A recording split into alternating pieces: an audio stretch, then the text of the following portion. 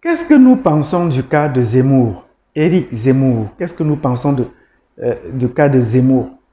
Zemmour est un enfant d'immigrants d'origine algérienne qui a grandi, qui est né, qui a grandi en France et qui veut être président de la République française et qui prétend défendre les valeurs des Français plus que les Français de souche eux-mêmes.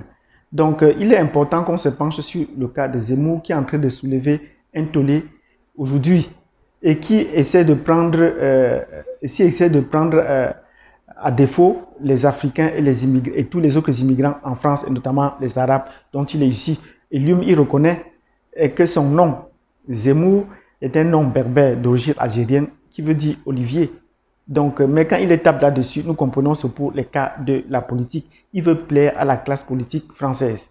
Mais pour aujourd'hui, pourquoi est-ce qu'il effectue son premier déplacement en Afrique après avoir déclaré sa candidature? Pourquoi c'est en Afrique qu'il effectue sa première sortie? C'est très important de comprendre sa sortie. Ce n'est pas une très mauvaise chose. Il faut se placer dans le contexte français pour comprendre cela. Tous les présidents en France doivent venir en Afrique chercher le soutien. Or, est-ce que les Africains votent? Non. Les Africains ne votent pas. Qu'est-ce qu'ils viennent donc chercher en Afrique? Avant lui, Sarkozy était déjà en Afrique et a fait une visite au Gabon. Maintenant, voilà que pour Éric Zemmour, il vient plutôt dans un pays, la Côte d'Ivoire. Pourquoi est-ce qu'il ne part pas ailleurs? On aurait souhaité qu'il commence par l'Algérie.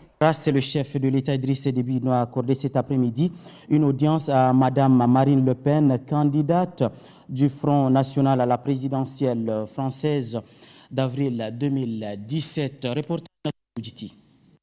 Candidate du Front National aux élections présidentielles du 23 avril 2017, Madame Marine Le Pen a réservé sa première sortie africaine au Tchad, le pays de Toumaï est l'épicentre de la force française de l'opération Barkhane qui regroupe 4000 soldats. Qui est peut-être son pays d'origine, mais il ne l'a pas fait, il a plutôt choisi la Côte d'Ivoire. Et là, c'est un indicateur très fort. Pourquoi? Parce que la Côte d'Ivoire apparaît maintenant aux yeux de ceux qui doutent comme un des piliers actuels de la France-Afrique. Avec la mort de Bongo, du père, le Gabon n'est plus le centre, le pilier de la France-Afrique d'antan. Et maintenant, c'est la Côte d'Ivoire qui a pris le relais. La Côte d'Ivoire, mieux que le Sénégal, voilà les principaux piliers jusqu'à présent. Le Togo n'est qu'un petit pilier, mais qui est également un pilier fort. Donc, pour ce cas, pourquoi est-ce qu'il a évolué? Pourquoi est-ce qu'il est parti là-bas? Il est parti chercher le soutien financier. Il ne faut pas s'en douter qu'il part là-bas pour chercher autre chose. Il part chercher le soutien financier. Non seulement des autorités ivoiriennes qui doivent le soutenir, mais également des hommes d'affaires français installés en Côte d'Ivoire qui doivent le soutenir là-bas. Donc, il va chercher les fonds pour le soutenir. Et vous ne recevrez pas, vous ne verrez pas peut-être des photos, peut-être sûr que les mallettes d'argent ont transféré, comme on a dit pour les autres cas, mais ils trouvent toujours des parades pour le faire. Ils disent officiellement qu'ils ne doivent pas recevoir de soutien de l'étranger, mais ils vont toujours à l'étranger, en Afrique précisément, chercher ce soutien-là. Parce que prévoit la loi française dans ce sens. Mais ils doivent bien visiter l'Afrique. Mais si un président français est élu, le premier pays qu'il doit visiter en Afrique, c'est toujours en Afrique, le premier pays qu'il doit visiter, c'est le Sénégal.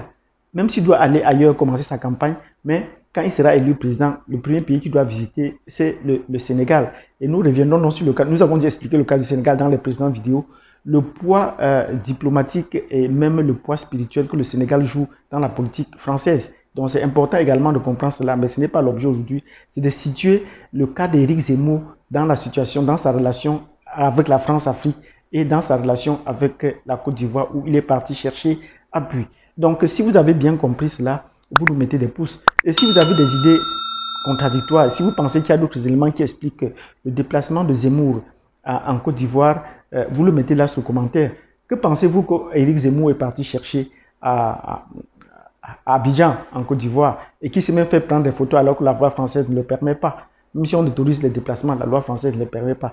Marine Le Pen, à son temps, est partie au Tchad. Donc, vous voyez comment cela se fait, comment cela se passe. Donc, ce n'est pas la première fois. C'est comme ça que les hommes politiques français font. Et nous leur disons, nous sommes au courant de ce qu'ils doivent savoir. Et les Africains doivent également être au courant de ce qu'ils doivent, de comment cela se passe pour les futures élections. Donc, merci de m'avoir suivi. Pourquoi est-ce Éric Zemmour est venu en Afrique, notamment en Côte d'Ivoire et pas en Algérie. Et nous attendons la prochaine sortie. Merci. Est-ce que vous pensez que Vladimir Poutine, lui, pourra jouer le jeu à terme en se rapprochant des États-Unis contre la Chine?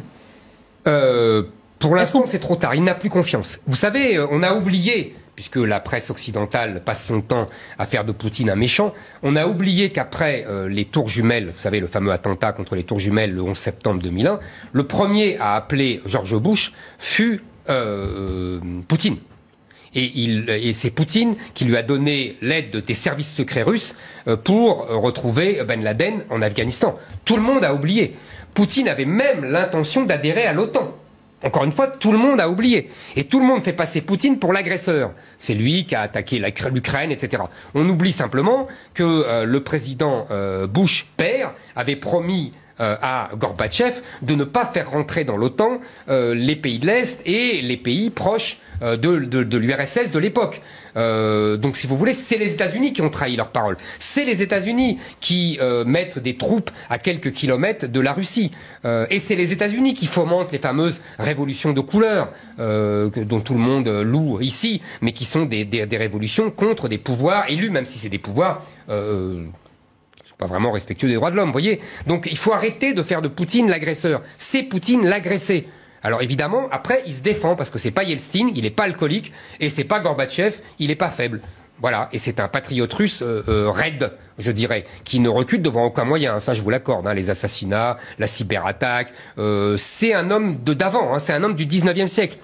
Pour lui, la guerre est l'autre moyen de faire de la politique, selon la fameuse formule de Clausewitz. Hein, oui, j'en fais pas un saint ni un type gentil, etc. C'est pas un premier ministre suédois. Hein. Je ne dis pas ça, mais je dis que géostratégiquement, c'est lui l'agressé. Il faut pas en faire l'agresseur.